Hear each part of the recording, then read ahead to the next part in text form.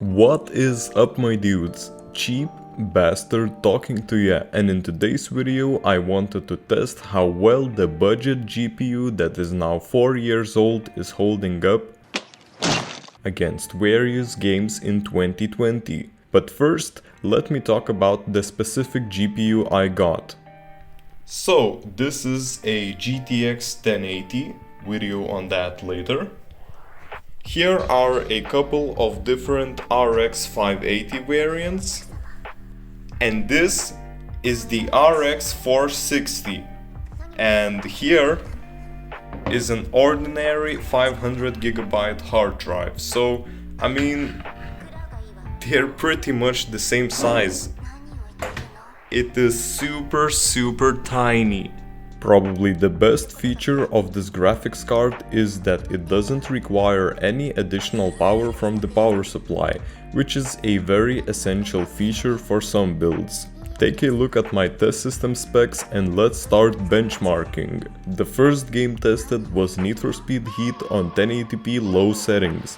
Since this game is pretty new, my GPU couldn't maintain over 60 FPS, but the game was playable enough to do some Tokyo Drift action. The next game tested was Overwatch on 1080p medium settings, and I gotta say, I was really surprised by these benchmark results. Moving on, we got the good old GTA 5. On 1080p high settings I got these results. And damn, my man Franklin is lit. And now let's play some car football on steroids. Just like in Top Gear, but better. Yes, welcome to the world premiere of iGo 5-a-side football. So, what results have we got here on 1080p highest settings? Not extremely good ones, but playable for sure. In comparison, RX 580 gets around 200 FPS here. CSGO was next, and it proved that the only requirement to run this game well is a powerful CPU. On 1080p low settings I got these results.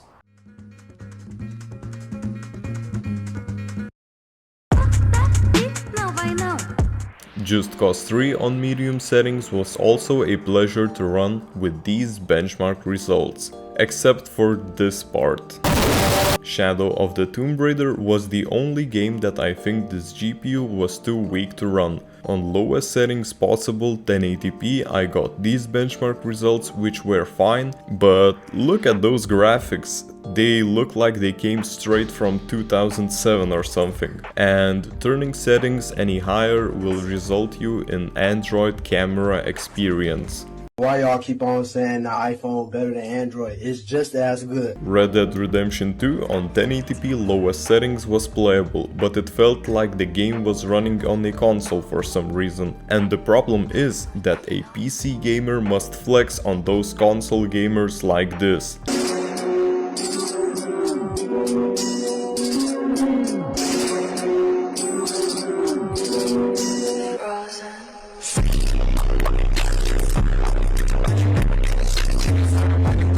Metro Exodus was also playable on 1080p lowest settings, but sadly the GPU couldn't maintain over 60 FPS. But the last game tested gave me some faith in this card. Playing Doom on 1080p ultra settings gave me these results, which were more than enough to shoot these creatures or whatever they are called. So, to conclude everything, I gotta say that for the price of 40 euros that I paid for this GPU, I am happy with it, and esports gamers will also be more than satisfied. And as for those AAA game fans, I suggest saving a bit more for at least RX 470 or 570. Subscribe to have a nice weather outside so it won't happen to you like in this clip. Make no mistake, Valley residents. And don't forget to stay cheap, my dudes. Cheap bastard out. No, don't touch me there. This is my no square. No, don't touch me there. No, my...